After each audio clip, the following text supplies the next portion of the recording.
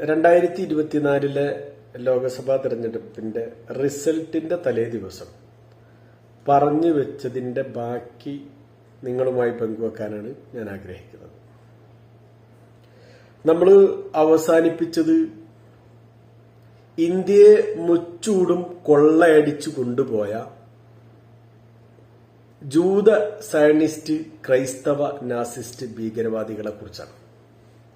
അതിന്റെ ബാക്കി ഇന്ത്യയിൽ അവശേഷിക്കുന്നുണ്ടോ, പ്രത്യേകിച്ച് കേരളത്തിലുണ്ടോ എന്നതാണ് നമ്മൾ അവസാനിപ്പിച്ച ഒരു ചോദ്യം അല്ലെങ്കിൽ ഒരു കാര്യം. തീർച്ചയായും അതുണ്ട് എന്നതാണ് തൃശൂർ റിസൾട്ടും തെക്കൻ ജില്ലകളിലെ എലക്ഷൻ റിസൾട്ടും നമ്മളെ ബോധ്യപ്പെടുത്തുന്നത്. ഇന്ത്യ എന്ന മഹാരാജ്യത്തെ സർവ്വജനങ്ങളും, ഹൈന്ദവ, ക്രൈസ്തവ, മുസ്ലിം ജനവിഭാഗങ്ങളും വളരെ സൗഹാർദ്ദത്തോടുകൂടി ഐക്യത്തോടു കൂടിയിട്ടാണ് ജീവിക്കുന്നത്. ഇതിനിടയിലേക്കാണ് അന്ന് ബ്രിട്ടീഷ് ആധിപത്യത്തിലുള്ള ജൂത സയനിസ്റ്റ് ലോബി, ക്രൈസ്തവ നാസിസ്റ്റ് ലോബി കടന്നു വന്നത്, ഇന്ത്യയെ പിടിച്ചടക്കിയത്. അങ്ങനെ ചവച്ച് തുപ്പിയിട്ടാണ് ഇക്കൂട്ടര് ഇന്ത്യ വിട്ടുപോയത്. അങ്ങനെ ഇന്ത്യ വിട്ടു പോകുമ്പോ തന്നെ ഇന്ത്യയെ വിഭജിച്ചിട്ടാണ്, അതല്ലെങ്കിൽ നമുക്കിടയിൽ അനൈക്യം ഉണ്ടാക്കി വെച്ചിട്ടാണ് അവർ കടന്നുപോയത്. നിവൃത്തിയില്ലാതെ ഇനി ഇവിടുന്ന് ഒന്നും ഊറ്റിക്കൊണ്ടുപോകാനില്ല എന്ന് കണ്ട് നമ്മളെ ഏൽപ്പിച്ചു പോയതാണ്.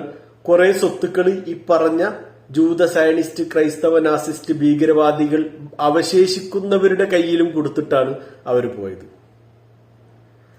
അവര് ഭരണം വിട്ടു പോയത് മാത്രമല്ല, ഇവിടെ ഒരു ജനാധിപത്യ മതേതര സർക്കാർ അധികാരത്തിൽ വരുമ്പോൾ ഇവരുടെ ഈ ജൂത സയനിസ്റ്റ് ക്രൈസ്തവ നാസിസ്റ്റ് ഭീകരവാദികളുടെ ബാക്കിയുള്ളവരെ ഈ ഭരണകൂടത്തിൽ പങ്കാളികളാക്കി എന്നതാണ് ഏറ്റവും വലിയ ചതി.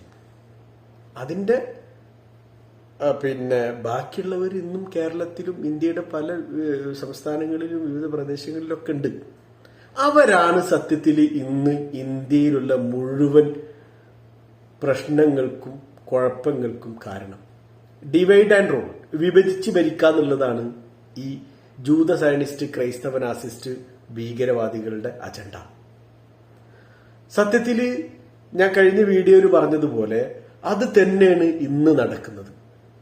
ഞാൻ മുമ്പ് പറഞ്ഞിട്ടുണ്ട്, 50 ലക്ഷത്തിലധികം ഫേക്ക് സോഷ്യൽ മീഡിയ അക്കൗണ്ടുകളും അതുപോലെ തന്നെ യൂട്യൂബ് ചാനലുകളും ഇവർക്കുണ്ട് എന്നുള്ളതാണ്. കേരളത്തിൽ തന്നെ പല ജാതി ആളുകളുടെ പേരിലാണ് ഇവരിതിനെ കൈകാര്യം ചെയ്യുന്നത്. ഇതിന്റെ പിന്നിലെ മുതലാളിമാരൊക്കെ ക്രൈസ്തവരാണ്.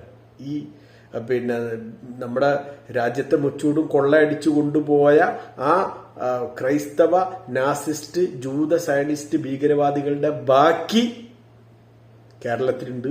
കാസർഗോഡത്തെ സംഘടന അവരുടെ കയ്യിലാണ്. അവരുടെ ലക്ഷ്യം എന്ന് പറഞ്ഞാല് അധികാരവും പണമാണ്. ഈ അധികാരവും പണത്തിനു വേണ്ടി എന്ത് വൃത്തികേടും നെറികേടും കാണിക്കാൻ ഇവർക്ക് യാതൊരു മടിയുണ്ടാവില്ല. അവരുടെ ലക്ഷ്യം ഒന്നാണ്, അധികാരം, പണം. അതിനെന്ത് നെറികേട് കാണിക്കാനും ഇക്കൂട്ടരും മടിക്കൂല എന്നുള്ളതാണ്. ഞാൻ അവസാനിപ്പിക്കുന്നു. വീണ്ടും വരും. Bye, see U.